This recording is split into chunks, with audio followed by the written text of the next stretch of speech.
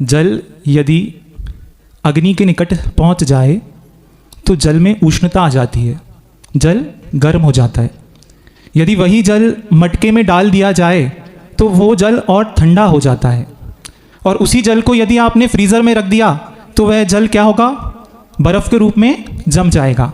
इसको कहते हैं क्षेत्र का प्रभाव। आप जैसे क्षेत्र में जाएंगे वैसे आपके भावों में परिणमन होगा। यदि आप सिनेमा घर में जाते हैं तो सिनेमा घर में जाते वक्त राग रूप परिणाम होते हैं।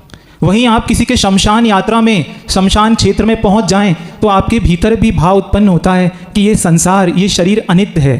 तो ये प्रभाव कैसे आता है, जब ऐसी भूमि पर जहाँ पर अनंतानंत जीवों ने सिद्धत्व को प्राप्त किया हो, ये वो भूमि है जहाँ के कण कण में आचार्य गुरुदेव श्री विद्यासागर महाराज की तप की वर्गणाएं विद्यमान हों। ये वो भूमि है जिस भूमि पर गुरुदेव श्री विद्यासागर महाराज ने चातुर्मास कर कर अपनी आत्म साधना की हो। ये कोई सामान्य भूमि नहीं है। जब जबलपुर से विहार होता है तो जैसे तीर्थंकर भगवान होते हैं तो तीर्थंकर भगवान का विहार उनके इच्छा पूर्वक नहीं होता है।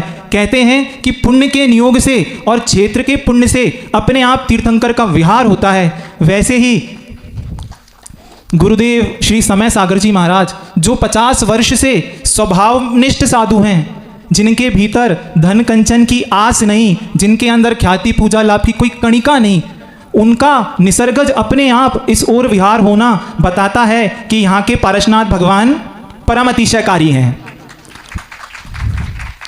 अतिशय का अर्थ सिर्फ इतना नहीं कि पुष्प वृष्टि हो, केसर की वृष्टि, ये अतिशय नहीं। अतिशय तो ये है कि यहाँ पर कुछ मुमुक्षु जीव जो इस भूमि पर आ गए हैं, अब वो अपने स्वभाव की उपलब्धि के लिए पंच परमेष्टि के पद में अवस्थित होंगे। आप अपनी आंखों से देखेंगे कि सारे जितने भी एलक जी, छुल्लक जी और ब्रह्मचारी जो भी, इन सब को जब निर्गंत मुद्रा प्राप्त होगी, वो मुद्रा जिस मुद्रा के बिना मोक्ष नहीं होता। आप इस पर्याय में बैठे हैं, इस पर्याय में आपको राग की अनुभूति तो हो सकती है, इस पर्याय में आपको द्वेष की अनुभूति भी हो सकती है, इस पर्याय में बैठकर आपको मोह की अनुभूति हो सकती है, लेकिन वीतराग स्वसंवेदन की अनुभूति यदि कभी होगी तो सिर्फ और सिर्फ निर्गंध दिगंबर मुद्रा में होगी। यदि कोई जाकर हमारे एलक जी और छुल्लक जियों से पूछे, और मंच पर महाराज श्री बैठे हैं, पूछो, केश लुंचन भी करते हैं, नंगे पैर विहार भी करते हैं, एक भुक्ति भोजन भी करते हैं, समस्त प्रकार के आरंभ परिग्रह का त्याग कर दिया, स्वाध्याय करते हैं, जाप करते हैं, लेकिन पूछो क्या आत्मानुभूति के उन क्षणों को प्राप्त कर सकते हैं? कर सकते हैं क्या? नहीं, क्योंकि तन पर यदि वस्त्र का एक टुकड़ा भी है, धागा भी है, तो वो वीतराग स्वसंवेदन तो नहीं हो सकता। तो हमारी आंखों से देखिए मिश्री का स्वाद कैसा होता है? मिश्री का स्वाद कैसा होता है? महाराष्ट्र वाले, मीठा। मिश्री के स्वाद मीठा होता है, ये ज्ञान तो हो सकता है, लेकिन जब तक मिश्री आपके मुख में नहीं रखी होगी तब तक स्वाद आएगा क्या? तब तक स्वाद नहीं। वैसे ही मंच पर ब्रह्मचारी जी भी बैठे हैं, नीचे व्रती गर्ग भी बैठा है, ऊपर एलक जी, छुल्लक जी भी हैं, लेकिन वीतरागता की जो अनुभूति है वो हो सकती है क्या? वो नहीं हो सकती। तो कहते हैं कि अनुभूति को प्राप्त करने के लिए साधन की आवश्यकता पड़ती है। जैसे हम ठंडक चाहते हैं तो हमें पंखे की आवश्यकता पड़ती है, कूलर की आवश्यकता, एसी की आवश्यकता पड़ती है।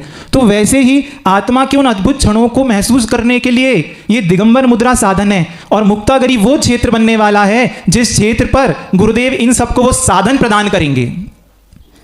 एक बार एक शिष्य अपने गुरुदेव के निकट जाता है और उनके चरणों में वंदन करते हुए कहता है कि गुरुदेव, बहुत लंबे अरसे से मैं आपके चरणों में रह रहा हूँ, लेकिन जिस शांति की अनुभूति करने के लिए मैंने आपके चरणों का आलंबन लिया था, जिस खुशी को, जिस सुख को महसूस करने के लिए मैं आपके चरणों में आया था, मैं आज भी उस सुख से, उस अनुभूति से अपने आप को दूर पाता हूँ।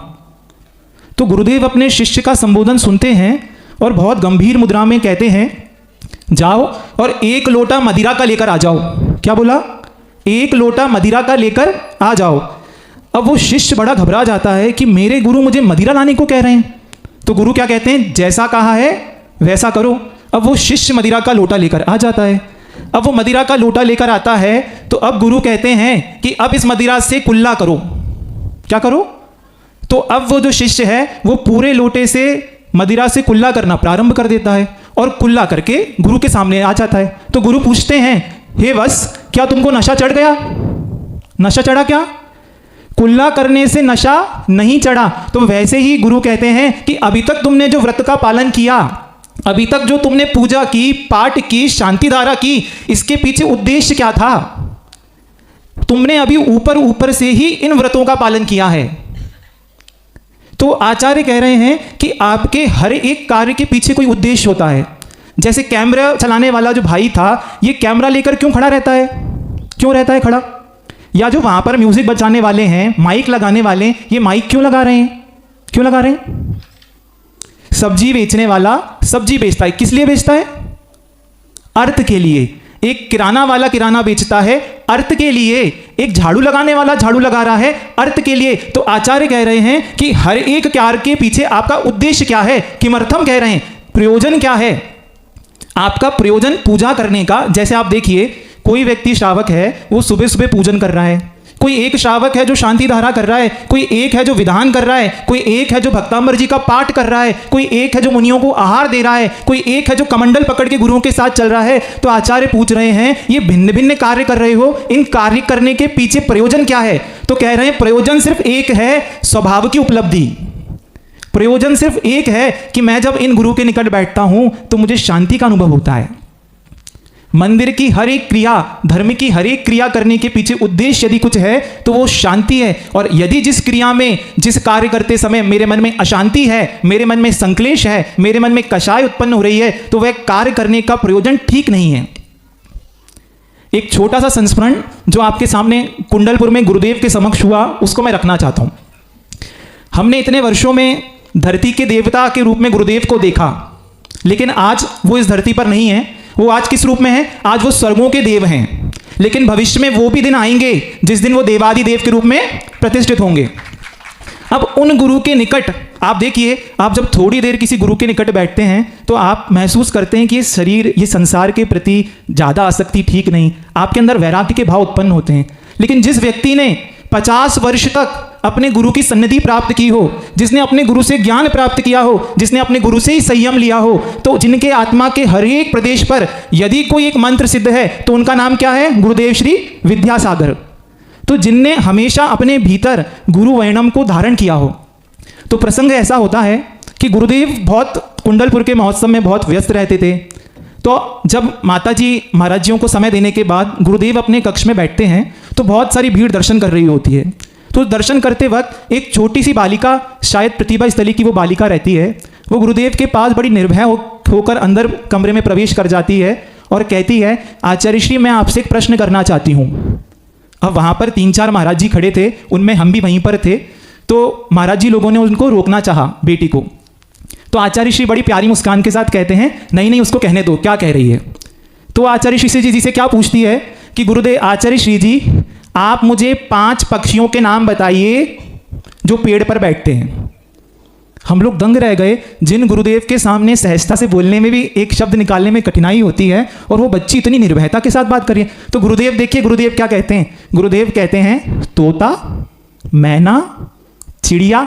इतना बोला ही था कि वो बच्ची कह देती कि आचार्य श्री ये नहीं, गलत है। तो आचार्य श्री कहते हैं कि आप बताइए क्या सही है। तो क्या बोलती है वो? चिड़िया, चिड़िया की मम्मी, चिड़िया के पापा, चिड़िया के भैया, चिड़िया के दीदी। अब आचार्य महाराज जैसे ही इस प्रसंग को सुनते हैं, आचार्य श्री का चेहरे पर फुल 360 डिग्री वाली जो हंसी होती है, आचार्य श्री की आंखें और आचार्य श्री पेट पकड़ के हंसने लगे, और उन्होंने बढ़िया अच्छे से आशीर्वाद देके वो बच्ची चली गई। 2 दिन निकले, कुछ मुनि महाराजों का बाहर दिल्ली इत्यादि से प्रवेश हुआ। तो आचार्य महाराज की उन लोगों ने वंदना की, और सब गुरुदेव के कक्ष में जाकर सारे मुनि महाराज, फुल हाउस मुनि महाराजों से भरा हुआ था। तो अब आचार्य श्री कहते हैं कि आप लोग बहुत अध्ययन इत्यादि करते हैं, हम आपसे एक प्रश्न पूछें। तो सब लोग हंसने लगे मुनि महाराज की। आचार्य श्री का मूड अलग था, तो सबने हाथ जोड़कर कह दिया, जी आचार्य श्री पूछिए। अब जो मुनिराज बाहर से आए थे तो वो आगे ही बैठे हुए थे। तो गुरुदेव कहते हैं, बताइए 5 जानवरों के नाम जो पानी में रहते हैं। अपने कौन पूछ रहे हैं? आचार्य महाराज पूछते हैं शिष्यों से।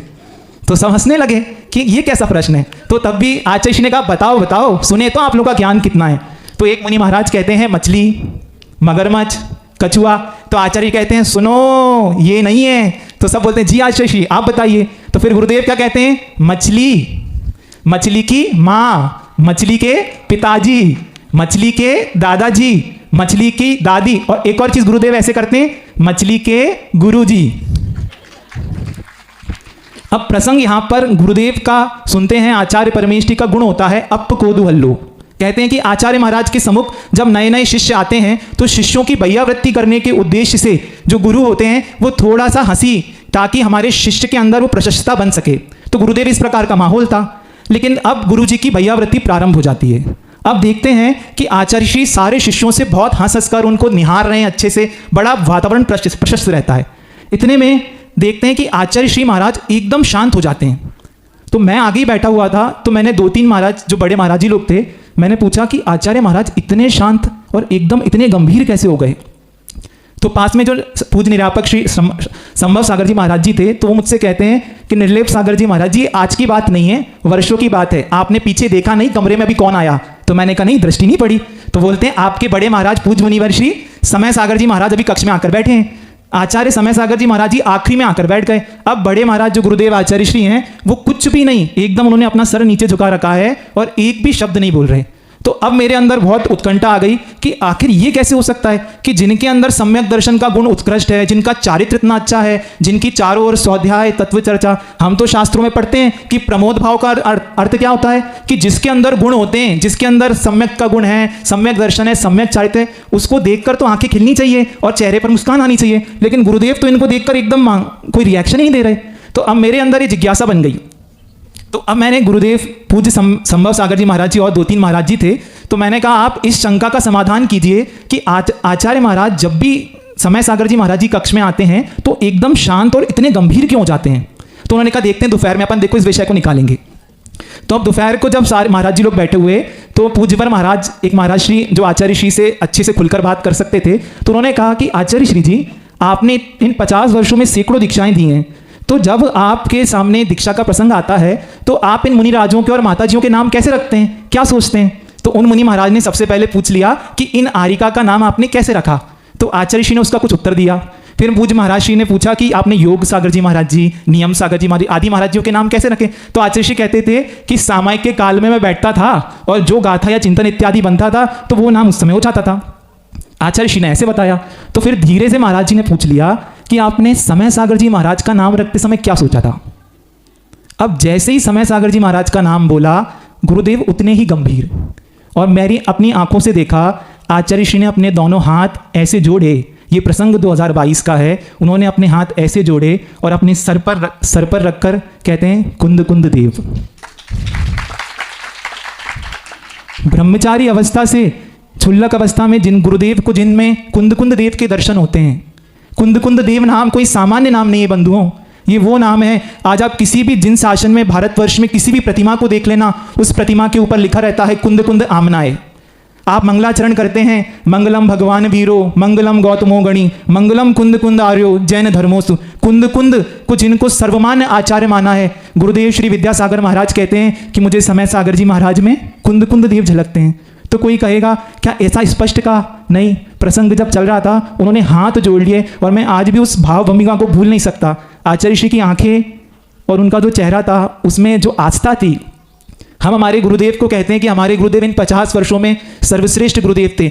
हर व्यक्ति कहता है कि मेरे गुरु विद्यासागर जी महान हैं, लेकिन पूछो उन गुरु से, गुरुदेव विद्यासागर महाराज के हृदय में यदि किसी शिष्य के प्रति आस्था थी, यदि किसी शिष्य के प्रति विनय था, तो उनका नाम आचार्य गुरुदेव श्री समय सागर महाराज है।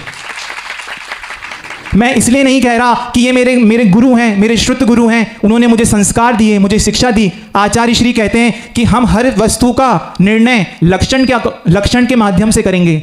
आचार्य परमेष्ठी के लक्षण आते हैं, दंशन नाण पहाड़े, वीर्याचारित्व वर तवायारे, अपम परम जो जुंजई सो आयरियो मुनि जियो। मुनि किसको ध्यान करेंगे? जो पांचों पंचाचार में श्रेष्ठ तपाचार वाले होते हैं। श्रेष्ठ तपाचार, दर्शनाचार, वीर्याचार, चारित्राचार जो पालन करते हैं और कराते हैं, वो आचार्य परमेष्ठी होते हैं। मुझे इस मार्ग में आए हुए लगभग 8 वर्ष हो गए। गुरुदेव तो आचार्य परमेष्ठी 2 वर्ष पहले ही बने हैं। गुरुदेव श्री विद्यासागर जी महाराज ने हम सबको पूज्यवर श्री समय सागर जी महाराज के पास भेजा। अब आप देखिए, पहली बार ऐसा हुआ जब गुरुदेव ने अपने कर कमलों से दीक्षित शिष्यों को, हम दीक्षित किससे हुए? पूज्य गुरुदेव से दीक्षित हुए, और गुरुदेव ने तुरंत हमको कहाँ भेज दिया? 2 दिन बाद ही पूज्यवर श्री समय सागर जी महाराज के पास। क्योंकि वो उनको विश्वास था, उनकी आस्था थी कि जैसा आगम में कहा है, जैसा शास्त्र में आचरण कहा है, जैसे भाव भीतर से मुनि के होने चाहिए, वे सब कुछ को कराने में कुशल थे, वे जानते थे, गुरुदेव को ज्ञात था। अब एक और प्रसंग आपको इसलिए बताना उचित समझता हूं कि निष्प्रयता या निरीता किसको कहते हैं। हम लोग संघ में ही गुरुदेव के साथ रहे, गुरुदेव ने हमको जो आचार्य श्री ने गुरुदेव को संकेत दिए होंगे, बड़े आचार्य श्री ने जो महाराज श्री को, उसके अकॉर्डिंग वो हम लोग को बताते थे। तो धीरे धीरे करते प्रथम चतुर्मास गुरुदेव ने कुंडलपुर में हम लोग को प्राप्त हुआ। अब कहते हैं कुंडलपुर चतुर्मास की समाप्ति के बाद सबसे इंपॉर्टेंट यदि कोई कार्यक्रम होता है तो कौन सा होता है? पिछी परिवर्तन का। पिछी परिवर्तन का कार्यक्रम था। तो अब हर व्यक्ति चाहता है कि अपने गुरु के हाथ से पिछी मिले, लेकिन गुरुदेव श्री विद्यासागर जी महाराज तो हमारे साथ थे नहीं। तो हम तो निर्यापक श्रमण श्री समय सागर जी महाराज के चरणों में रहते थे। तो अब संघ ने निवेदन किया इर्यापत भक्ति में, पूज्यवर प्रशस्त सागर जी, मल्ली सागर जी, आनंद सागर जी महाराज ने, कि महाराज श्री इन 4 वर्षों में कभी आपने अपने हाथ से तो हमको पिछी प्रदान नहीं की है, लेकिन ये जो नए 10 मुनि महाराज हैं, इनको तो आचार्य श्री का ज़्यादा मिला नहीं है, तो आप कम से कम इन लोगों को बुरा ना लगे, इन लोगों को दुख ना हो, तो आप अपने हाथ से पिछी का प्रदान कर दीजिए। तो आचार्य श्री सुनते तो सब कुछ हैं, और आपने सुना है ना ओम शांति। ओम शांति कर जानते हैं?